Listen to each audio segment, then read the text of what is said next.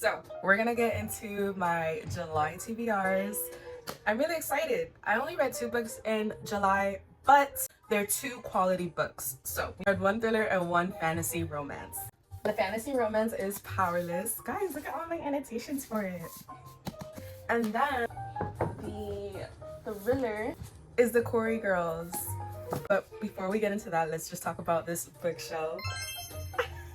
Recently, my boyfriend came over my house and he built my bookshelf for me. It's a pretty small bookshelf, but it's a starter bookshelf, and I'm so happy that we're here. We can display the books. I can talk to you guys about it. We could pull books off the bookshelf, and it just feels like more of a booktube. You get me? I have a whole video of me organizing the bookshelf and setting it up. Well, he's setting it up. Be on the lookout for that later on the month. But yeah, let's get into Powerless first because I have a lot to say, and then we can get into the thriller. So if you guys don't know about Powerless, it's a fantasy romance and it's based in a kingdom called Aelia. In this kingdom, there are elites and ordinaries. Elites have superpowers and ordinaries don't. Ordinaries live on one side of the kingdom called the Loot, and it's basically the poor side of the country. And obviously the elites live on the richer side and they have more glamorous things. You're following 2 POVs of Peyton, and Kai. Pei is an ordinary and Kai is an elite. He's an enforcer. So he is the one enforcing the rules within the kingdom, and he has magical powers that help him be the best of the best. Like I said, this is a fantasy book, but it does remind me of Hunger Games. If you guys have read Hunger Games or even see the movies, it does copy the same structure as that because it does have trials, it does have murder, it does have overthrowing the king or rebellion. This is an enemy to lovers romance, so if you do like that trope, I suggest you give it a read. I rated it 5 stars. It is a slow burn, and girl, when I mean slow, I mean slow. Okay, you're not even gonna get into it within this book. So, and I think there is there's 3 parts to this book. When you're reading the story, you find out Pei is on the rebellion side, and then Kai is on obviously the king side, you know? He is also a prince, so that makes even matters worse, and they just constantly are in the book going at it. The bicker and the banter is something that I looked forward to while reading. I was reading some of the trials and just some of the things that was happening on in the castle and everything, and I was just like, girl, where's Kai? Forget all these other characters, where is Kai? Because the way Kai is making me blush, we need to see what he's doing. Like, we need to see where he's at, what he's thinking about. And one thing I love about this book is that the double POVs, you know, so you get 2 chapters of maybe Peyton's POV, but right after you get Kai's within the same POV of what we just witnessed from Peyton's point of view. And I love when authors do that. I hate when authors do POVs, but it's the first half of the book of one character, and then the second half is another the other plot, or the other view, sorry. While reading this book, I did find myself crying, so I'm gonna insert some clips here.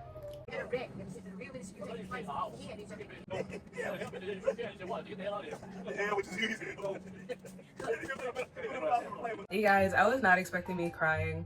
I was like, okay, because it's a young adult fantasy romance, so I was just like, okay, I'm gonna eat this up and then that's it, you know, like it's not gonna have any emotions, and then I'm gonna rate it whatever, how many stars, because I always get pretty biased when people are telling me about Powerless or just about any book talk, because I feel like sometimes it can be overhyped, and then I don't want to be a letdown for the book, you know. Not in this case. I see why people gave it 5 stars. And honestly, if you are a beginner in fantasy, that this is the best beginner friendly fantasy that you could read. I picture myself giving this to a younger sister if I had one, or even a daughter if I had one, you know. I think it's a perfect read. It's not overbearing with all the politics or fantasy world building or even the character developments. It's an easy read. Eat it up pretty quickly, and I devoured this within a week. I feel like I could have devoured it faster if I didn't annotate and I was like recording myself while having all the reactions, but yeah, girl, it was so good. Overall, I would give this book 5 stars, guys. 5 stars. Have a younger sister or even a younger woman in your life and you feel like she needs to get into the fantasy romance world, I would recommend her this book. It's perfect, it's YA friendly. One thing I did like about it, that it was so easy to get into the fantasy world because of how the author sets up the world. She gives it to you direct. So like, let's say if you that has the magical power of electricity, you would be considered a volt. So volt, electricity, while you're reading, you could, if you have common sense, you could get it. So yeah guys, I don't want to talk about it too much because I will give away spoilers and everything else. So yeah, Powerless by Lauren Roberts. Please check it out. I think you guys will love it. Next up, in the month of July, I read The Quarry Girls by Just Lori.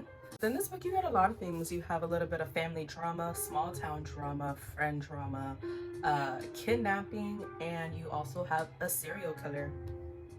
It's a lot that goes on to this book, and it all takes place in Minnesota in 1977. Following two POVs of it, Heather is narrating the story, so she's telling you as she's developing new insight on what's going on within her town, within her friends, within her family. But you're also getting this other POV of Beth, which is the lady that was kidnapped in the beginning of the story, and you are figuring out how is she going to escape being imprisoned by this person that captured her. I gave this book 4 stars. There were some points where I did not like. I wish the characters in this book were a bit older.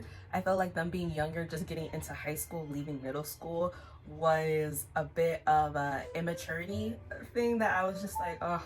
So yeah, there's this girl that is just immature and kind of annoying. And then you're also seeing them kind of grow up into this person, and within this town, these people move fast, if you get what I mean.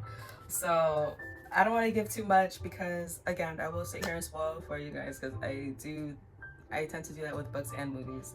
So I'm trying really hard. This is the fact that I'm making a YouTube channel and I'm talking about things that I'm notorious for spoiling, you know? Actually, times where I'm talking to my friends and I just discovered a new movie and I'm like, oh my god, you have to see this movie. It's about this, and that. And then, oh my god, that ending, blah, blah, blah, blah, blah. And then my friends will just look at me and be like, nah, I don't feel like I need to watch the movie anymore because of you. And I'm like, wow. So some points that I do really like about the book, I like that it's in Minnesota, in a small town, and within this small town there's these quarries, so they have these underground tunnels running through in and out the city, and everybody comes together within the neighborhood and have these neighborhood parties underground. So I thought that was pretty cool. I never read a type of story or even picture that in my head, that there's cities out there with mining tunnels that is underground, you know, and people be out there having fun. So that's pretty cool. I did like learning about the gossip that was going on with the town and the main character's home drama. I think that was a good perspective to understand the character development of Heather, which is it Heather? I think it is of Heather. I like how the ending ended. There was resolution, there was heartbreak, and a little bit of romance. So I feel like when a thriller book has all those things, it's a potential good thriller, you know? But yeah, 4 stars because I did get some of the plots within the book, but there was still a shocking factor that had me mouth on the floor. I was like, whoa, not expecting that, you know? You got me there. So overall, 4 stars. 4 stars, guys. For today's video, guys, I hope you give Powerless a try. I really want to hear your guys' thoughts on it. Please comment down below if you have read it or you're gonna add it to your TBR for August. Let me know. Let me know. Overall, I hope you guys are staying safe, living good, looking good. You guys deserve everything and more. I love you guys, and see you guys later. Bye. I didn't even introduce the Squishmallow. The Squishmallow was bought by my boyfriend, and I was the biggest hater on Squishmallows. I was like, why would people get Squishmallows? Like, what the heck? Like, they're a child, you know? Until I got one. And girl, this is like the most comfiest thing of life. Like, this relieves my anxiety like crazy. I be sleeping with it like this. It's so comfortable, and it's like, it just provides me such a comfort that I didn't know I need. And maybe it's because my boyfriend got it for me, but like, still, it's so squishy and just soft. yeah. So yeah, that's And I haven't named him yet. Maybe I'll just name him Spence. okay, for real, bye.